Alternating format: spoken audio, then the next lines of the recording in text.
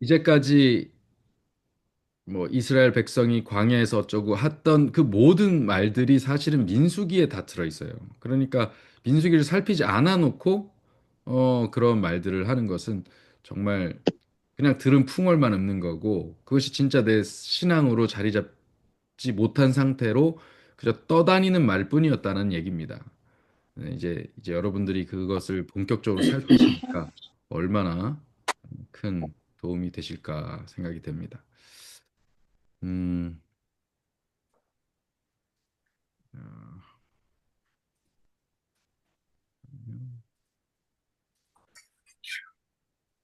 자, 이제 우리 다 같이 묵상하시고 우리 금요일 성서 연구의 시간을 시작하도록 하겠습니다.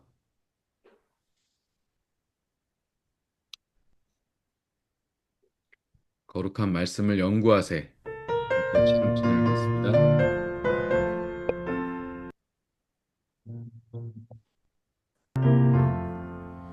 거룩한 말씀을 연구하세 구주를 항상 찾아서 생명의 말씀 잘 알도록 날마다 가르침받세 거룩한 책을 연구하며 진리를 찾아 구하라 주님의 귀한 성경 말씀 우리의 인도자로다 거룩한 말씀을 연구하세 하늘로 가는 길 찾아 영화로운 성에 이르도록 주님의 말씀 지키세 거룩한 책을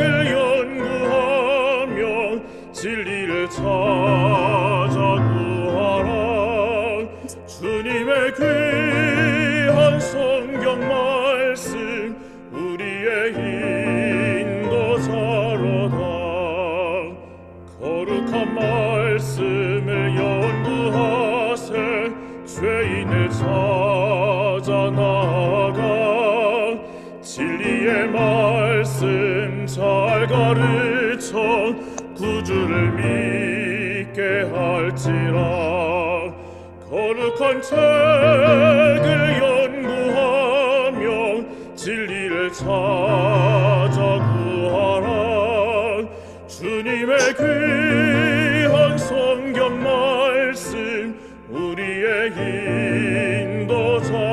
인도자로다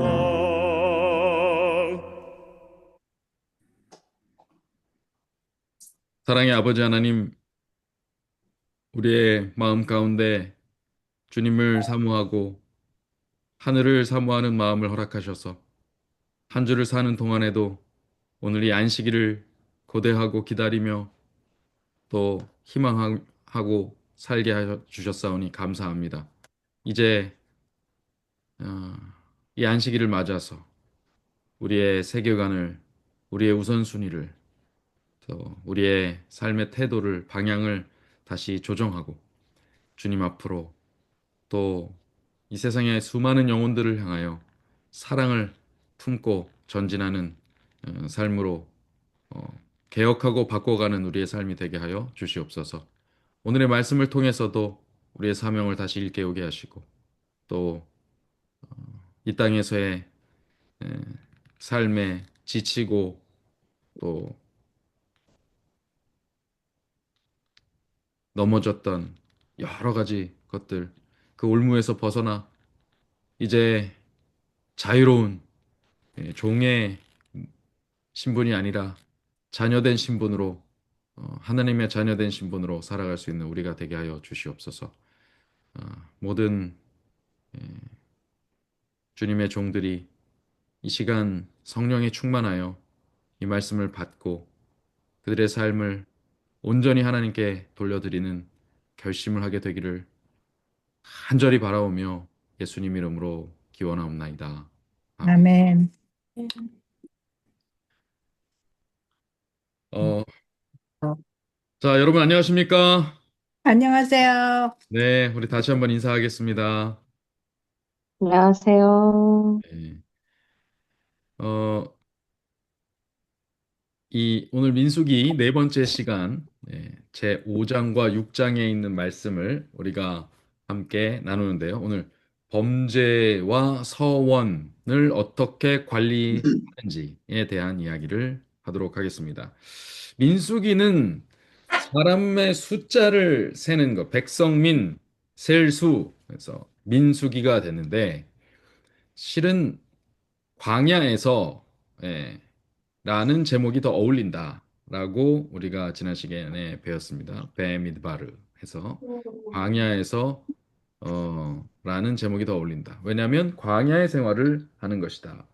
광야 생활을 쭉 풀어놨기 때문이다라고 하는 것인데요. 38년 9개월의 기간을 5개월 혹은 9개월 이렇게 말하기도 하는데 예, 그 기간의 내용이 다 담겨 있기 때문이죠. 그 다음에 사람을 단순히 세는 것이 아니라, 그런데 내용 자체는 이제 1차, 2차 인구 조사를 중심으로 해서 내용이 진행되기 때문에 사람을 세는 것, 사람을 계수하고 또 하나님의 백성의 수를 세고 백성을 조직하고 관리하고 하는 그런 일들을 이 표면적인 내용으로 들어가 있어서 민수기가 됐는데요.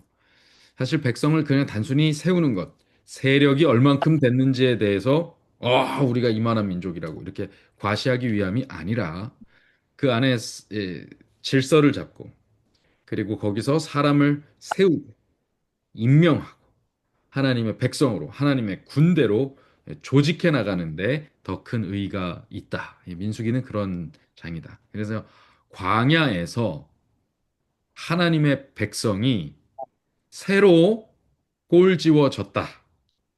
이렇게 표현하는 것이 이제 민수기의 가장 적절한 요약이 아닌가라고 생각이 듭니다. 제가 왜 꼴지워졌나라고 왜 그런 표현을 썼나? 좀 약간 뭘까요? 좀 그 쉬운 표현 같은데 어, 잘 조성되고 구성된 것뿐만 아니라 예, 그들이 꼴지워진 거죠. 다시 말하면 그들의 예, 품성과 그들의 믿음과 그들의 태도와 그들의 정체성도 같이 구성되었기 때문입니다. 재구성되었기 때문입니다. 자, 오늘 그러면 예, 그제 5장과 6장의 내용 그것을 살피기 전에 다시 한번 요 구조를 좀 살피겠습니다. 구조 복습을 하겠습니다. 출애굽 세대 1차 인구조사와 입가나안 세대의 2차 인구조사가 있습니다. 출애굽했던 세대를 딱 그 2년 됐을 때 제 2년째에 이들에 대한 인구 조사를 하면서 그들이 진도치고 행군도 하는 그 모습을 구성을 하죠. 그다음 입 가나안 세대 제 2차 인구 조사 때 다시 한번 그들이 가나안에 입성할 준비를 이제 최종적으로 하게 됩니다. 그래서 이 기간은 굉장히 길어요. 이 기간은 이 앞에 1차 인구조사부터 2차 인구조사 사이가 굉장히 깁니다. 그래서 이것은 마지막 정말 가나안 들어가기 직전에 하는 조사가 됩니다. 마지막 해에.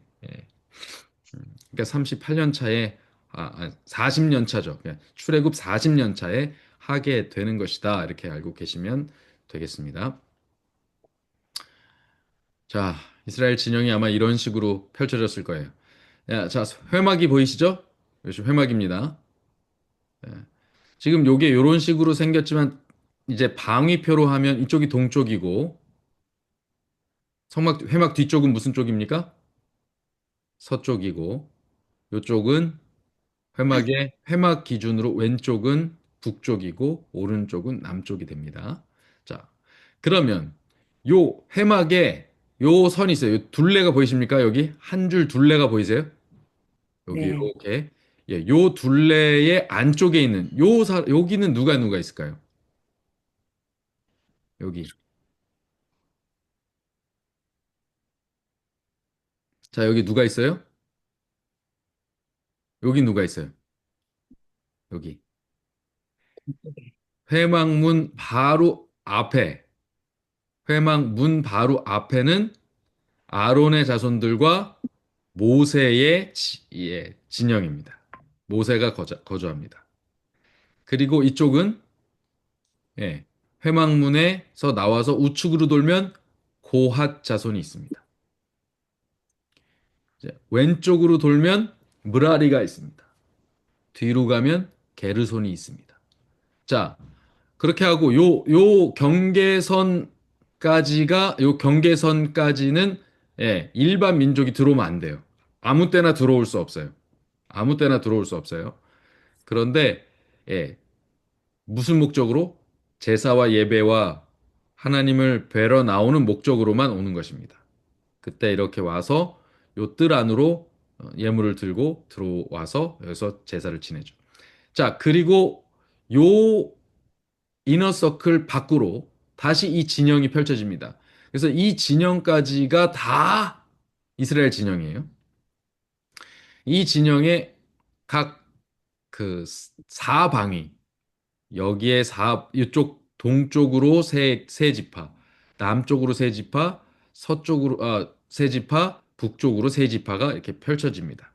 자, 이 구성, 요 구성에 대해서 이스라엘 자기 조상의 가문의 기호 옆에 곁에 진을 칩니다. 사 회막을 향해서 사방으로. 지금 향해서 진친 모습이 보여지시죠? 요 그림을 보면. 네. 네, 네. 회막을 향해서 사방으로 진을 치고요. 자기들의 길을 따라 진을 치기도 하고 다시 행진할 때는 그 길을 따라서 또 행진을 하는 것이죠. 그래서 결국 이런 형태가 됩니다. 모세와 아론의 아들들이 이쪽에 있습니다. 이게 회막이에요. 그리고 요 이너서클 안에 레위인들이 살고 있습니다. 고핫, 무라리, 게르손의 자손들이 이렇게 뭐 남쪽, 북쪽, 서쪽에 차지하고 있습니다. 그리고 이쪽에 세 지파, 동쪽에 세 지파, 유다를 위시한 세 지파, 죄송합니다. 유다를 위시한 세 지파, 그리고 남쪽은 르우벤을 위시한, 북쪽은 단을, 서쪽은 에브라임을 위시한 세 지파. 그렇게 해서 이 인구들이 요렇게 해서 진군을 하게 되죠. 진군 순서가 그렇게 됩니다. 자, 여기에 지금 적힌 이 인원들은 총수는 60만 3,550명인데 이렇게 나눠지는 수입니다. 물론 20세 이상 장정의 숫자입니다. 20세 미만 남녀와 그다음에 20세 이상의 여자들 그리고 예, 노인들의 수는 예, 치지 않습니다. 자, 납달리, 아셀, 요 단, 베냐민 뒤에서부터 이렇게 가고 고핫 여기 이제 그 레위인이죠. 게르손 무라리 여기 레위인입니다. 이렇게 되고 제일 앞서서 유다가 갑니다. 그래서 여기서 1번부터 쭉 이렇게 진행이 되게 됩니다. 그런데 이제 우리가 그렇게 인구를 60만 3,550명의 레위인을 제외한 인구를 셌다면 다시 레위인을 또 셉니다. 그래서 레위인의 수를 세는데 레위인들을 별도로 뒀는데 레위인은 무슨 임무를 맡기냐면 제사장과 레위 지파가 하나님을 섬기는 일을 하는 거예요. 특별히 제사장이 하나님을 섬기는 일을 하는데 레위 지파가 또 그 하나님을 섬기는 제사장을 섬기는 일을 합니다.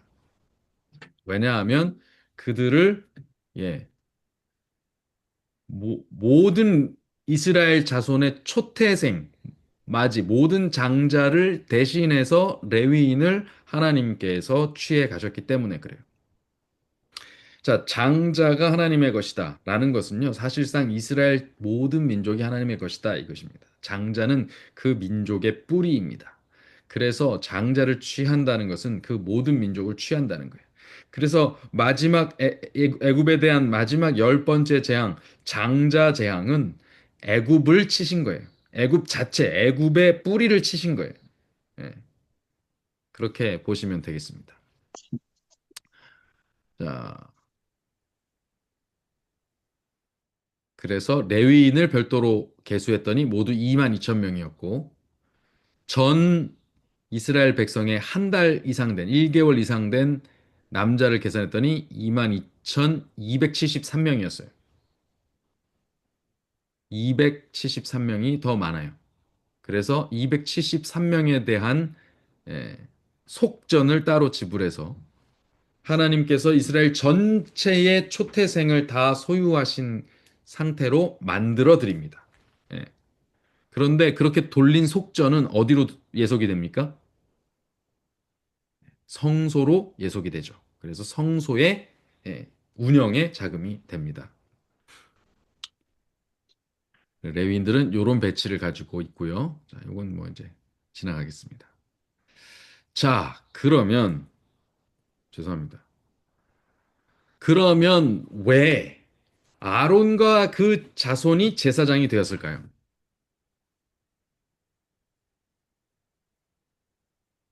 왜 아론과 그 자손이 제사장이 된 걸까요?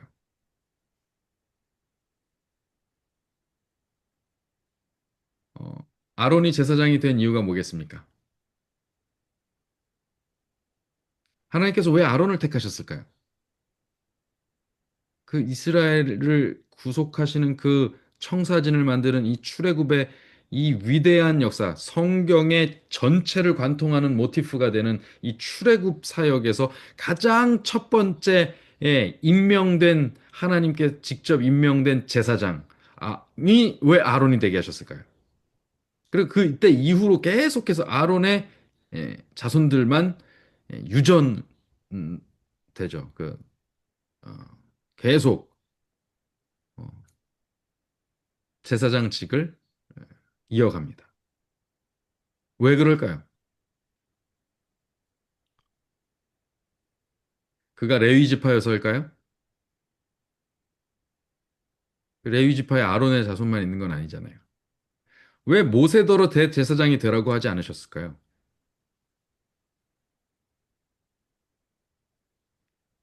모세의 집안이 더 위대하다고 볼 수도 있잖아요. 그 인간적으로 따지면 여러 가지 음, 말할 수 있어요. 그래서 나중에 고라가 반역한 게 그거예요. 왜 니네만 그래? 니네가 뭔데? 이렇게 한 거예요. 자, 우리 아침에 지금 사도 바울 얘기 나오는데 바울의 사도성에 대해서 계속 걸죠. 그 사도로 너가 언제 선출됐어? 네가 뭔데 사도래? 이렇게 하면은 이제 변증해야 되는 말이 많은 거예요. 바울에겐. 그러니까 하나님께서 직접 그를 임명하신 건데 그걸 말을 어떻게 표현해야 될지 모르겠어요. 자, 아론, 모세. 계속 저렇게 앞에서 나서서 저렇게 지도자 노릇을 하는데 고라가 계속 성소 사역을 같이 이렇게 섬겼을 거 아니에요. 그렇죠? 제사장 일가 돕는데 자존심이 상해. 아론 뭐 저것들 다그 어린 시절 나하고 같이 보냈던 지지고 볶던 사촌들인데 왜 저것들은 저렇게 하나님의 더 가까운 데로 회막 안으로 막 들어가고 우리는 밖에서 뭐 들여다보지도 못하고 이게 뭐야? 그쵸? 분깃이 없는 건 없는 대로 없고 섬기는 건 섬기는 대로 섬겨야 돼요. 다른 지파들은요 자기 집만 매면 돼요. 자기 집 수레만 끌면 돼요. 근데 고아 자손 그 고라가 고아 자손이었어요. 저 사람들은요, 자기 짐은 자기 짐대로 아들들한테 다 맡겨놓고 자기들은 돌아가면서 법궤 메고 막 떡상 메고 뭐 메고 지고 다녀야 돼요. 그래서 얻는 보상이 뭐냐 이거예요. 억울하죠. 그래서 반역을 합니다. 이제 나중에 더 자세하게 우리가 또 다루게 되겠지만 이런 것들 제가 이제 계속 말씀을 드린 이 배경에서 그러니까 왜 아론이어야 하냐 이거예요. 그가 레위 지파여서일까요? 레위가 자, 여러분들 그 제가 강의 그 올려드린 거 좀 유튜브 좀 보셨습니까? 그 보시면 레위 지파가 구별된 내용에 대해서 좀 대강의 배경들을 여러분들이 좀 이해하실 수 있을 텐데. 레위가 먼저 구별됐습니까? 아론이 먼저 제사장이 되는 게 먼저였습니까? 여러분 아세요? 하나님께서 레위 지파를 먼저 구별하셨어요? 아니면 아론과 그의 아들들을 제사장 삼는 걸 먼저 하셨어요? 레인이 먼저 된 것 같은데요. 땡. 네. 감사합니다. 이렇게 틀려주셔야 오늘 말씀 진행이 돼요. 아론 일가 제사장 임명이 먼저 이루어집니다. 자, 그럼 왜? 왜 아론을 먼저 뽑았어요? 아론이 레위 지파여서 뽑힌 게 아니에요. 레위 지파보다 아론이 먼저 뽑혔어요. 그러니까 레위가 먼저인 건 아니에요. 레위여서 그 중에서 뽑은 것도 아니니까. 그러면 아론이 정말 민족 중에서 영적으로 뛰어나서일까요? 어떻게 생각하세요? 아론 영적으로 뛰어난 사람입니까? 아닌 것 같아요. 송아지도 그냥 만들고 그저 아, 우리 집사님 두 번째는 정답. 아니 금송아지 만들고 그거 어떻게 이거 왜 이런 짓 했냐 그러니까는 아 그냥 넣었는데 뚝딱 하고 나왔어. 인성도 전 겁쟁이고 막 거짓말하고 영적으로나 인격적으로 뛰어난 것도 아니에요. 그럼 우상을 만들어낼 만큼 정말 아주 유약한 사람입니다. 우유부단한 사람이었을지 몰라요. 말만 잘하는. 그럼 도대체 왜 그가 대제사장이 된 것입니까? 여러분아, 이스라엘이 왜 하나님의 선택을 받았어요? 아주 근본적으로 가보죠. 아브라함이 택해져서요. 아브라함은 왜 택해졌어요?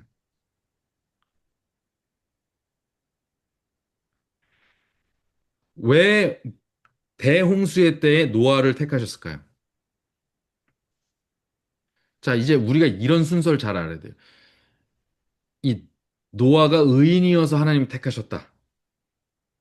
노아는 당대의 의인이더라. 표현이 있어요. 근데요, 하나님은요, 먼저 사람을 세우세요. 그리고 그가 순종하면 그를 통해서 역사를 이루세요. 어쩌면 노아 전에 다른 사람들도 부르셨을지 몰라요. 노아 외에 그 당시에 더 다른 사람들을 부르셨을지도 몰라요. 근데 그들은 다 거절했을 거예요. 그래서 노아가 하나님 말씀에 내하고 엉겹결이던 뭐던 순종하기로 했기에 그를 택하신 거예요. 왜 마리아가 동정녀가 됐을까요? 예수님의 어머니가 됐을까요? 순수하게 순종해서 그래요. 그 전에 많은 사람들도 그런 부르심이 있었을지 몰라요. 그러나 하나님의 명령에 순종한 자가 택하심을 입은 거예요. 순종의 열매를 맺도록 감동하실 때에 그것에 따른 사람들이었어요. 어쩌면 따를 수밖에 없는 상황을 만드셨을지 몰라요. 아론 보세요. 아론이 뭔데? 아론이 누굽니까? 모세도 내가 무엇이건대 했죠. 아론은 그럼 더 무엇입니까? 그저 하나님이 뽑으신 겁니다. 하나님이 택하신 거예요. 그래서 하나님 주권을 우리가 볼 수 있는 장면입니다. 여호와께서 아론에게 이르시되 너와 내 아들들은 제단과 휘장 안에 모든 일에 대하여 제사장 직분을 섬겨라. 내가 제사장 직분을 너희에게 무엇으로 주었은즉 선물로 선물로 주었은즉 주었은즉 그가 제사장이 되고 그의 아들들이 제사장의 그 일가가 되는 것은 다른 이유가 없어요. 그냥 선물입니다. 자, 한 번 더. 그러면 레위인은 왜 구별하셨습니까? 하나 더 나아가서 레위인은 왜 구별하셨어요? 다시 한번 질문 드립니다. 그들이 선해서일까요?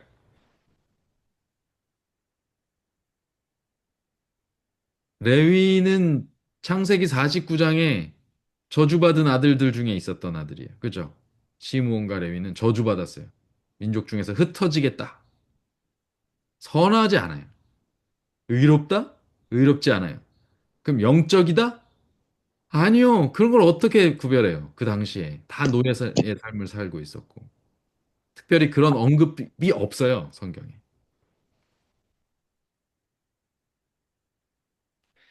내가 이스라엘 자손 중에서 레위인을 취하여 그들을 아론과 그의 아들들에게 선물로 주어 그들로 회막에서 이스라엘 자손을 대신하여 봉사하게 하며 뭐 하셨다고요? 선물. 선물로 주었다. 자, 아론이 제사장 된 이유 뭐라고요? 하나님께서 선물로 주셔서. 레위인이 제사장의 봉사자로 택하심을 받은 이유 하나님이 선물로 제사장에게 주셔서. 다른 이유가 없어요. 그래서 그들이 별도의 민족으로 떼어내심을 입은, 구별하심을 입은, 분리하심을 입은 거룩한 자들이 되었어요. 재밌죠? 음. 그냥 선물이에요. 그럼 왜 이 중책이 이들에게 선물로 주어졌을까요? 아니, 왜 이것을 선물이라고 말씀하실까요?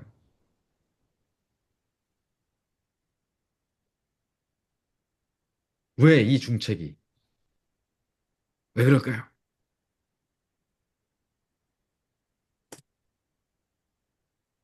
제 뭐라, 생각에는, 네? 제 생각에는 네. 하느님에 대한 믿음이 다들 그만해서 네. 그냥, 예, 선물로 주지 않았나 싶어요. 네. 그 그냥 당시에 아무나 뽑아서. 네, 네, 그러셨을지 모르죠. 그러나 하나님의 선택에는 우연은 없는 것 같아요. 하나님의 택정하심이 정말 특별한 섭리가 있어요. 하나님의 생각은 우리의 생각과 달라서 그분의 하시는 일에는 항상 뭔가 이유가 있고 목적이 있으세요. 보라, 내가 이스라엘 자손 중에서 레위인을 택하여서 이스라엘 자손 중에 태를 열어 태어난 모든 마지를 대신하게 하였은지. 우리가 앞서서 읽은 말씀인데요.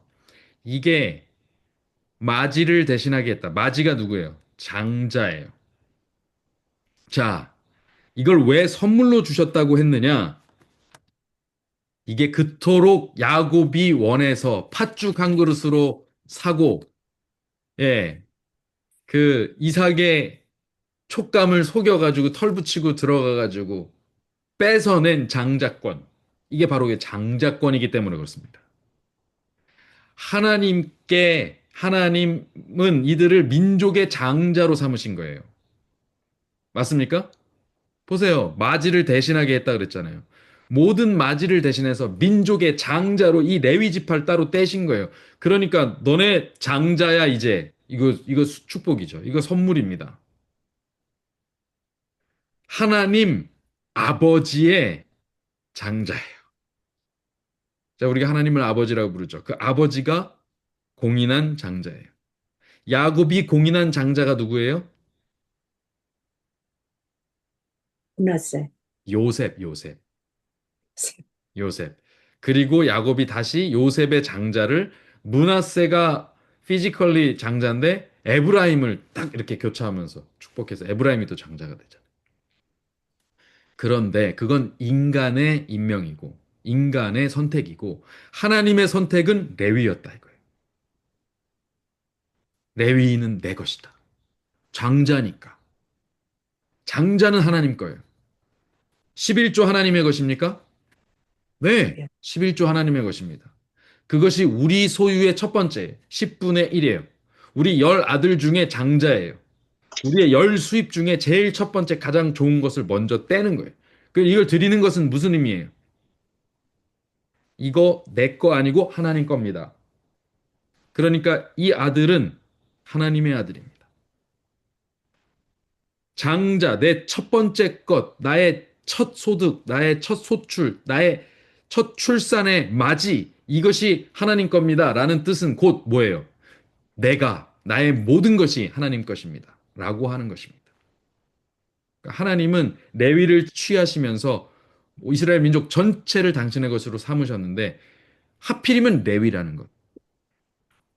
레위가 장자가 된 거예요. 하나님의 뜻을 전달하는 자, 하나님의 뜻을 이어받는 자, 하나님의 기업을 물려받는 자, 하나님 아버지께 돌려진 지극히 거룩한 것들을 소득으로 취하는 자.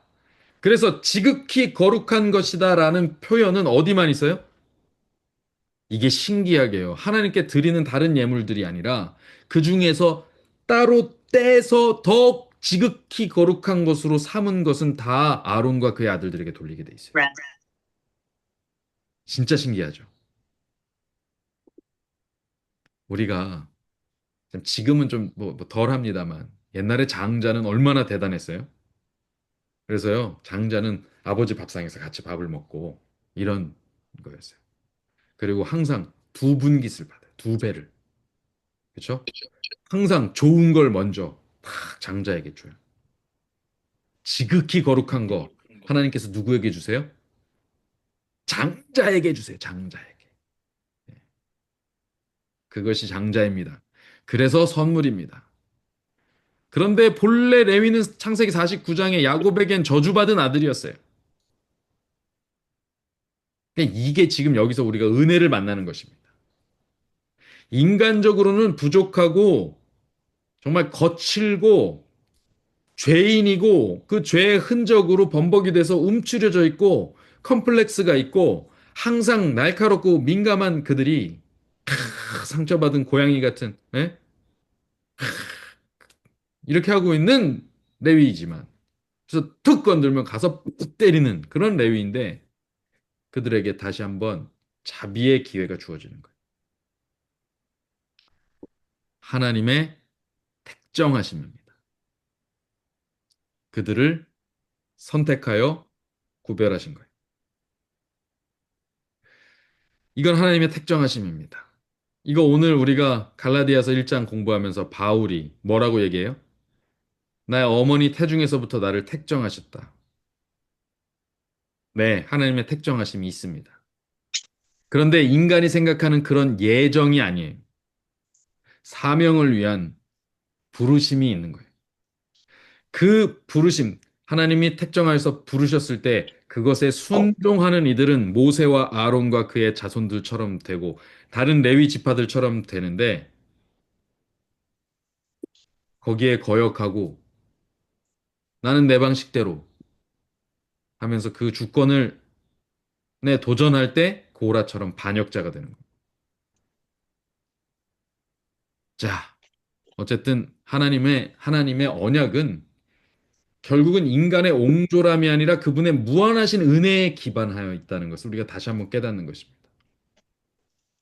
하나님의 무한하신 은혜가 레위에게 다시 한번 기회를 주어서 이 저주받았던 아들 족속이 하나님의 거룩한 장자가 되었어요. 그래서 우리는 우리에게 레위 지파에 대한 인식은 거룩한 백성이에요. 그래서 저희가 뭐 그 목회자들이나 성직자들에 대해서 레위 족속이라는 표현을 이렇게 빗대서 말하기도 하고 할 정도로 레위 지파들은 구별된 족속으로 기억을 하고 있어요. 근데 본래는 저주받은 백성이었다.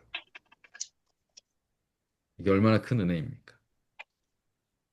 그러나 이 지파 레위의 경우에 있어서는 다른 지파들이 배도하였을 때 여호와께 충성하는 하였으므로 성소의 거룩한 봉사에 직분을 맡아 저주가 변하여 축복이 되었다. 이 부조화 선지자는 이렇게 표현합니다. 그냥 진짜 그들의 충성된 사건 그 하나를 들어서 그들을 다시 세워주시는 거예요. 기회를 또 주십니다. 여러분, 우리도 그래야 됩니다. 교회 안에서요, 계속 기회를 줘야 돼요. 실수하죠. 근데 그 실수하면, 교회에서 그 실수하는 거 하나 때문에 모두가 멸망합니까? 예. 하나님께서 그렇게 두시지 않아요. 우리가 할 일은 그를 정죄하고 그를 괴롭히는 게 아니고 그에게 다시 기회를 주는 겁니다. 그러니까 남에게 죄 지으면서 그의 자비를 이용하라는 뜻이 아니. 남에게 죄 지으면서 야, 너 나한테 자비 베풀어야지. 이렇게 하는 게 이렇게 하라는 말이 아니에요. 그걸 이용하라는 말이 아니에요. 다른 이가 나에게 죄 짓는 것에 대해서 자비하라는 뜻입니다.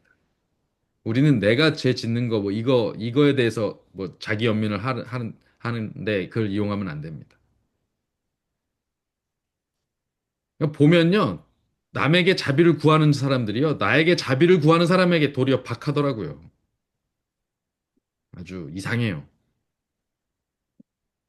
그리스도인은 나에게만 자비가 오길 바라는 것이 아니라 남에게 자비하게 대함으로 서로 자비를 누리는 사람들입니다. 그게 그리스도인입니다. 다른 사람에게 자비를 베풀어요. 그럼 나도 다른 사람에게 베풀고 저도 다른 사람에게 베풀면 어느 순간 나도 자비를 받고 있고 저도 자비를 받고 있어요. 서로가. 이것이 이 세대의 장자된 레위 족속, 이 세대의 장자 족속 그리스도인들의 사명입니다. 오늘 우리는 택정함을 입었습니다. 그리스도인이 되는 이 놀라운 감격적인 상황을 경험합니다. 여러분 이것을 선물이라고 생각하시는 분 여태까지 계셨나요? 여러분, 우리가 이것을 그리스도를 발견하고 우리가 그리스도인이 되고 우리가 영생을 꿈꾸고 하나님을 섬기고 교회를 섬기고 성도를 섬길 수 있게 된 것 이거는 특권입니다. 우리를 지금 장자로 마지로 하나님의 기업 물려받을 유산 물려받을 자로 선택해 주신 거예요. 옛적부터 준비된 유산을 받을 준비를 하라. 그리스도인이 되기를 여러분 결심하셨습니까? 여러분 이 자리에 계신 분들은 다 그런 줄로 믿습니다. 그렇다면요, 옛 습성, 무자비하던 옛 습성을 냉정하게 버려야 합니다. 반대로 자기 연민, 막 이런 걸로 차 있던 거, 이것도 과감하게 버려야 됩니다. 이기적인 욕심, 탐심, 계산, 무자비 다 버려야 됩니다. 여러분, 그냥 인간적 상식으로도요, 그런 것들을 가지고 하늘에 들어갈 수 있을 거라고 생각 안 되지 않습니까? 예. 이기적인 욕심에 가득 차 있고, 막 다만 자견민에만 빠져 있고, 막 탐심에 막 그냥 눈이 막 뻘개져 있고, 막, 뭐 이렇게 뭘 하려 그러면 막 누구 줄 것 같으면 막, 요게 좋은가 저게 이게 얼마야 막 계산하고 있고, 그러면서 남이 뭔가를 요청하면 막 무자비하고, 무관심하게 굴고, 이런 사람이 어떻게 하늘에 들어갈 거라고 상상을 할 수 있어요. 인간적으로도 불가능해요. 인간 상식으로도. 그런데 나는 하나님 갈 거야. 하나님은 날 구원하실 거야라고 말하는 것은 뭡니까, 그러면? 하나님을 우롱하는 행위입니다. 기만하는 거예요. 나도 그렇게, 누가 그렇게 하고 있으면 절대 그렇게 생각하지 못할 거면서, 감히 하나님께서 나를 그렇게 생각하실 거라고, 그렇게 하면 안 되죠. 자, 그래서 오늘 그리스도인 된 사명은 다른 이에게 자비와 기회를 다시 베푸는 것입니다. 그에게 특권, 선물을 주는 것입니다. 왜요? 어떻게 그럴 수 있습니까? 왜 레위 족속만 그렇게 죽어라고 섬겨야 됩니까? 어떻게 그럴 수 있어요? 아론과 그 제사장들은 왜 아무 기업 없이 주어진 땅덩어리 하나 없이 그렇게 살 수 있는 것입니까?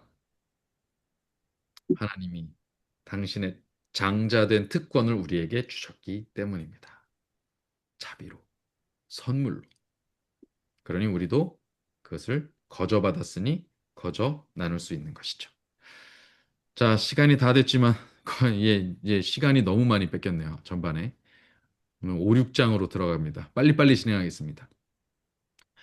자, 5장, 6장은요. 이 선발된 제사장, 구별된 제사장, 선물로 그 사명을 받은 제사장과 레위인들이 어떻게 사역하는지에 대해서 그 사역의 바운더리를 조금 더 확장시켜 주는 말씀들입니다. 구체화시켜 주는 것입니다.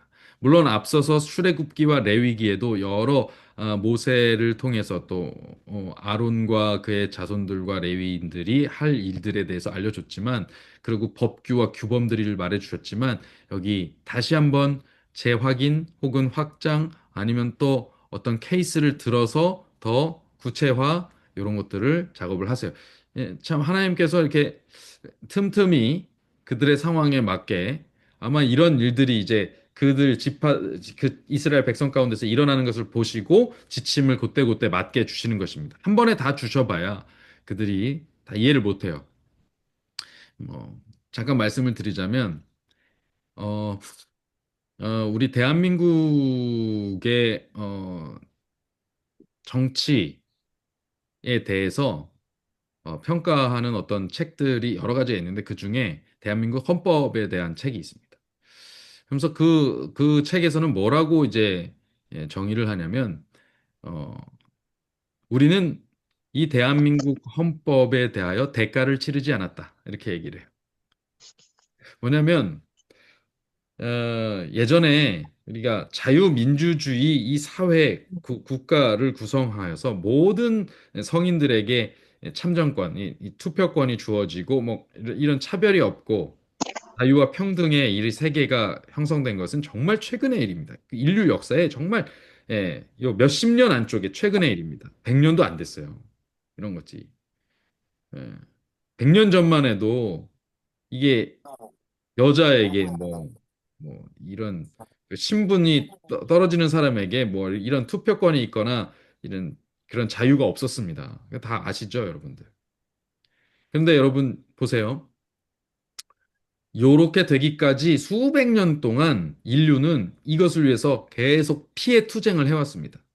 그래서 마침내 자유민주주의 진영에 이 속하여서 이 대한민국 헌법이라는 선물을 우리가 받게 됐어요. 이게 뭐 우여곡절이 많았지만 어쨌든 대한민국 건국되면서 이 헌법을 받았어요.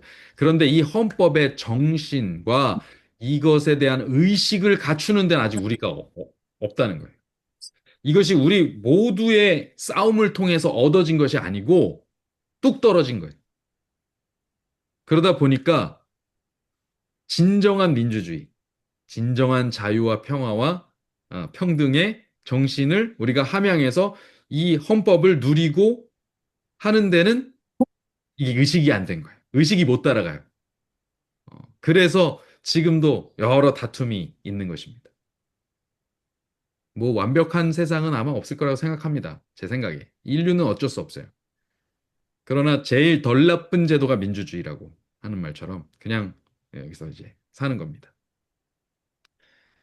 여러분, 이스라엘 백성들에게도 법이 주어졌지만 그 법이 하나님의 고결한 법이 내려왔다고 해서 이들이 바로 그것을 실행할 수 있는 의식 수준이 안 되는 거예요.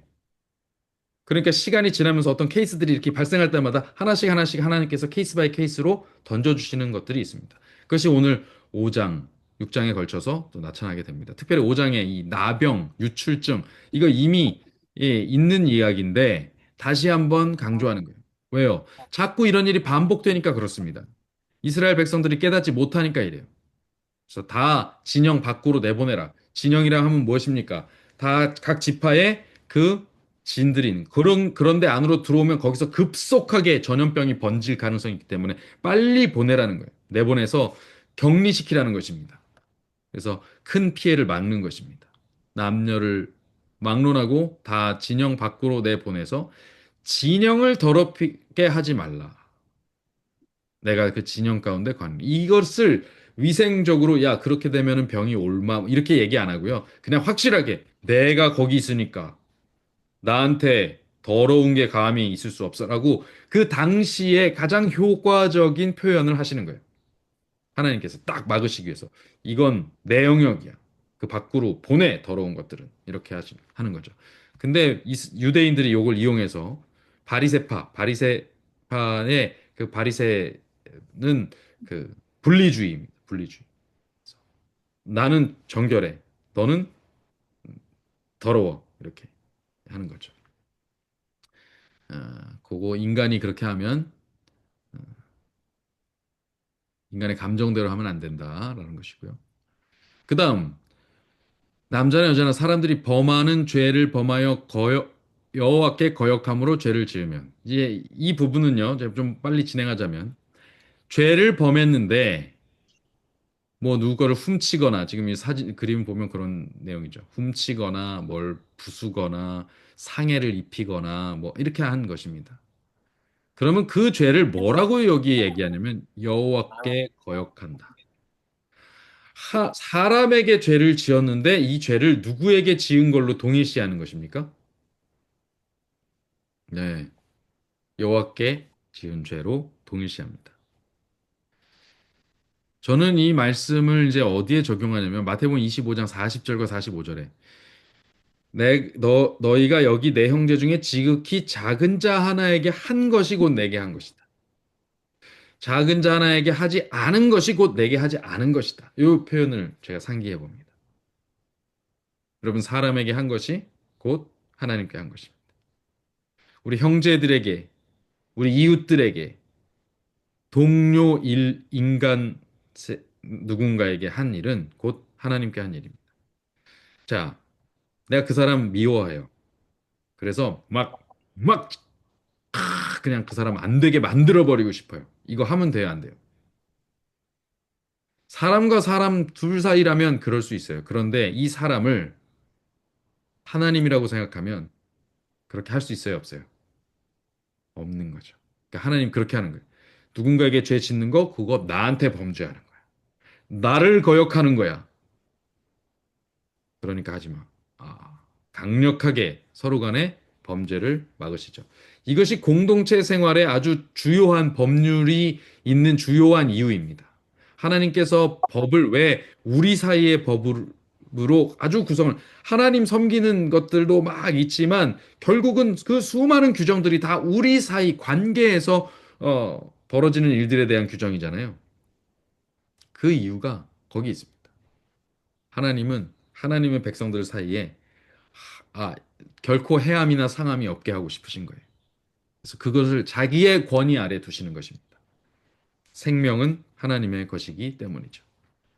자, 그렇게 되면 지은 죄를 잡고 내가 미안해 잘못했습니다. 사과하고 거기에 5분의 1을 더해서 돌려주라. 이 속건제의 이야기가 반복되고 있죠. 그런데 죄값을 받을 만한 친척이 없으면 이게 이야기가 확 도약하는데 사과할 대상이 없어요. 그러면 이거를 누구에게 돌리냐면 그 가까운 친족에게 갚습니다. 예. 그리고 친족도 없으면 그 값을 제사장에게로 가져옵니다. 그래서 이것을 사과할 때는 사과하면서 속죄제를 드려야 돼요. 하나님께. 그리고 거기에 그 원래 물건값의 5분의 1을 더한 걸 그 사람에게 돌려줘야 돼요. 그런데 이거 줄 사람이 없으면 속죄제도 드리고 그리고 이 물건과 5분의 1도 누구에게 성소로 가져와서 제사장에게 돌립니다. 이것은 반드시 그러니까 그 사람들이 없다고 해서 안 갚는 게 아니에요. 나에게서는 갚아줘야 돼요. 그런데 이게 대상이 없으면 이걸 다시 하나님께 돌려서 하나님께라도 갚아야 돼요. 왜요? 이 사람에게 범죄한 건 누구에게 한 거니까요?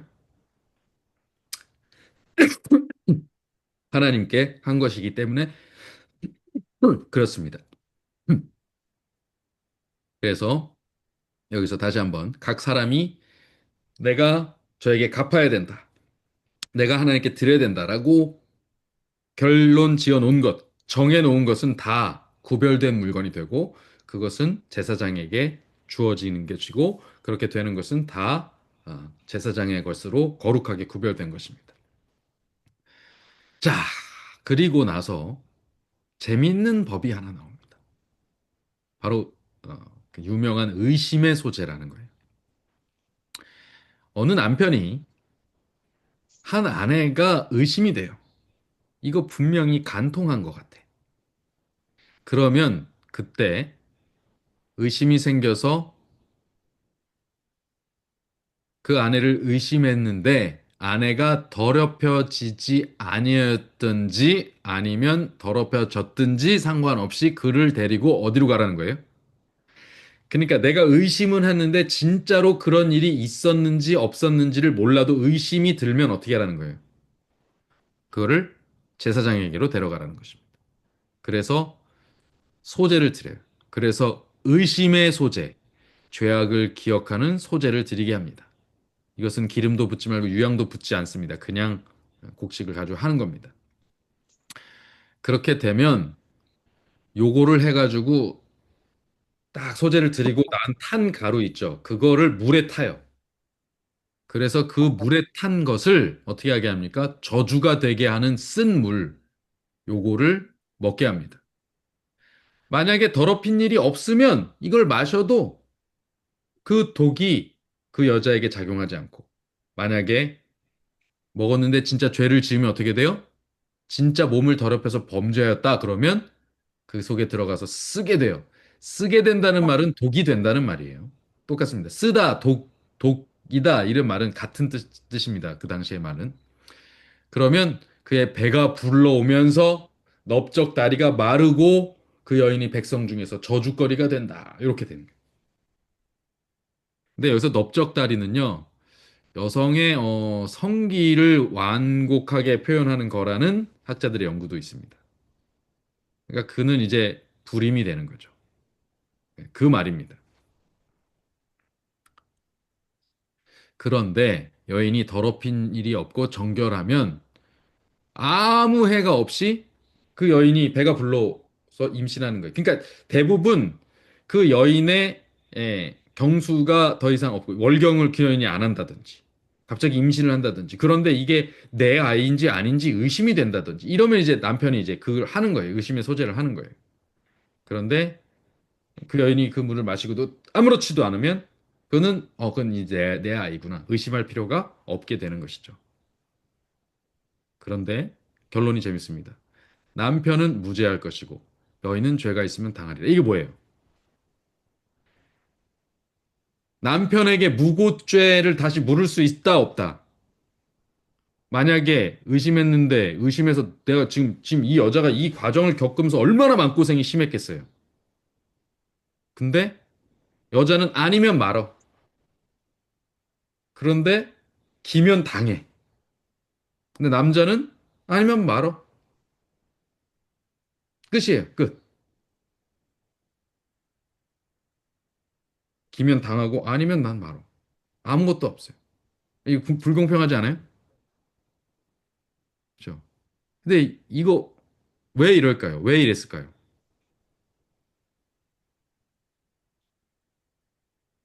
하나님이 왜 이렇게 하라고 하셨을까요?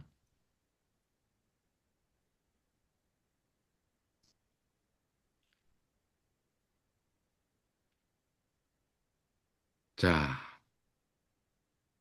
당시에는요,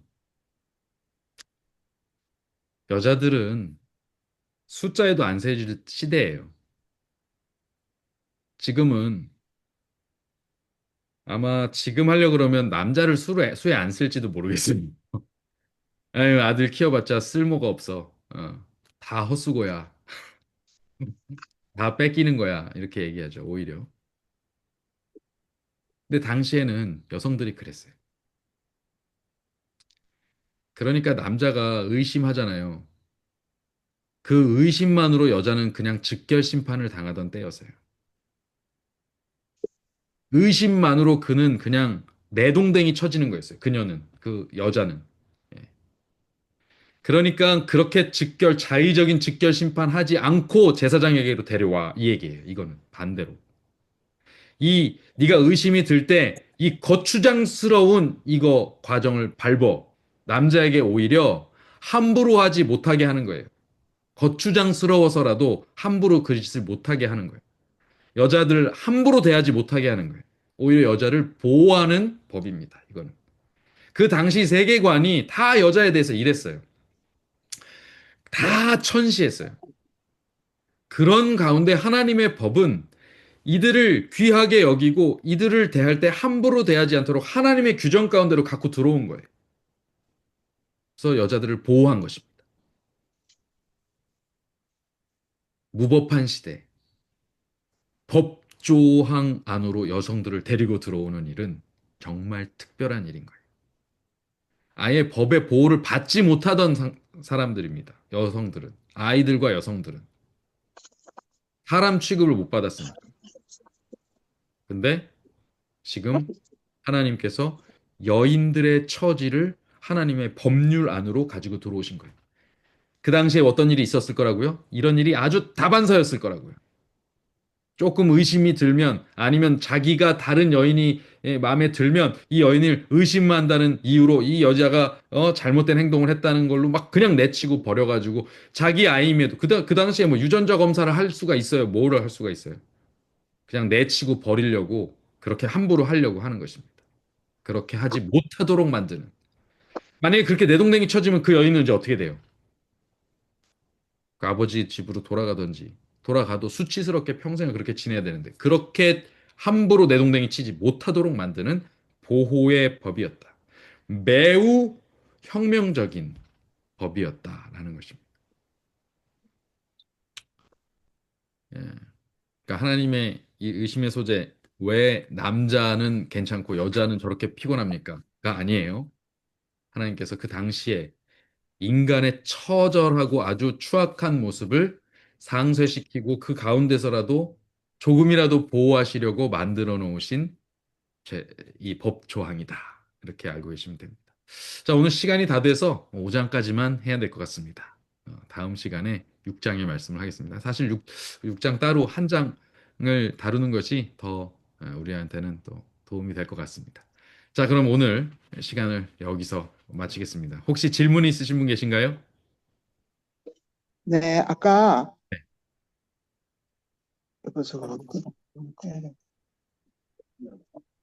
아까 목사님께서 레위인들이 그렇게 장자가 된 거는 완전히 은혜라고 말씀하셨는데, 네, 시몬도, 잠깐만, 여보가 끄라니까 완전히 꺼.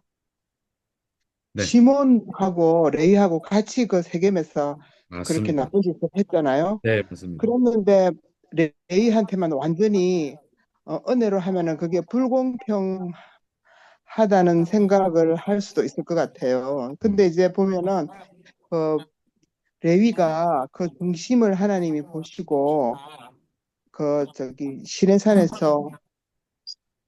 시내산에서 하나님 편에 들어서 그 하나님 마음에 들게 행동했으니까 그렇게 한 거지 완전히 은혜라는 생각은 안 드는데요.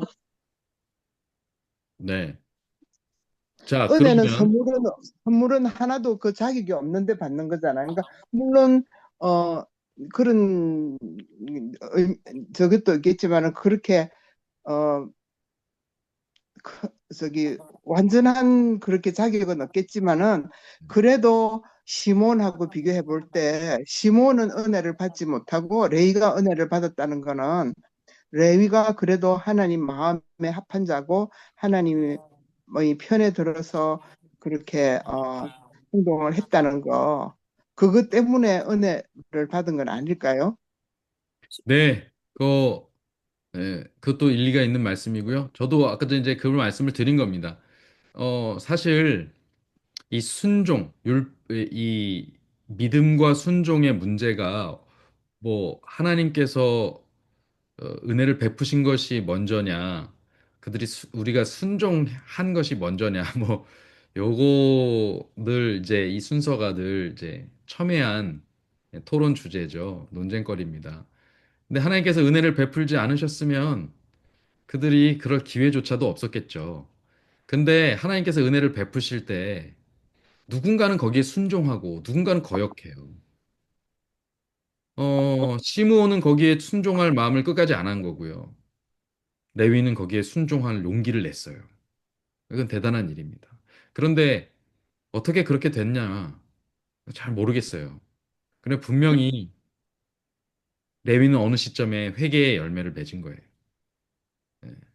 그래서 제가 그 말씀 제가 말씀 영상을 보면 레위가 이렇게 회복하고 그 아래서 창세기 49장까지 저주받은 족속이었던 아들이 갑자기 그 다음 장면 출애굽기에서는 레위가 주제가 돼가지고 레위인들 부부에게 아들이 태어났는데 준수한 자라 해서 모세의 이야기로 연결이 되잖아요. 어떻게 음, 그럴 수가 있냐? 그 사이에 도대체 무슨 일이 있었길래 그러냐? 이것은 자세하게 알 수는 없지만 그들에게 회심의 경험이 분명히 있었다. 레위 족속에게. 그랬고 하나님께서 베푸신 은혜를 그들이 받았다. 영접했다. 이것은 예, 뭐 여지가 없는 말이죠. 그래서 맞습니다. 예, 시므온 지파는 왜 그렇게 되고 다른 지파는 레위 지파는 또 이렇게 됐나? 사실 하나님의 택정하심, 하나님의 선물이라는 말밖에는 설명할 수가 없는 어떤 부분이 분명히 있다. 뭐 그럼에도 불구하고 지금 말씀하신 대로 그들의 순종도 분명히 있었다라는 것이죠. 자, 감사합니다. 어려운 문제입니다. 네. 자, 또 다른 질문 혹시 있으신가요?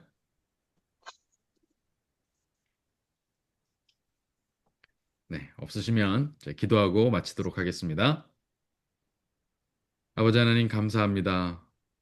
오늘 우리에게 임재하여 주시고 우리의 삶을 주님께 드릴 수 있도록 우리의 마음에 감동하셔서 세상에 수도 없이 많은 잘나고 멋지고 선하고 정말 지적이고 영적인 많은 사람들 가운데서 미약하고 부족하고 거칠고 욕심 많고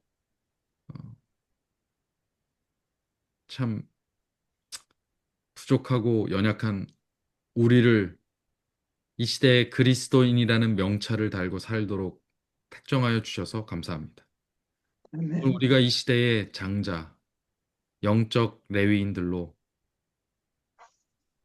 살아가고 또 그 사명을 다할 수 있도록 주여 우리에게 받은 선물을 감사하는 마음으로 살게 하시고 도무지 인간적으로는 용서할 수 없고 자비를 베풀 수 없는 사람들에게 우리가 그렇게 거저 선물로 받았은즉 거저 선물로 나누고 베풀어서 하나님의 은혜를 체험하는 그런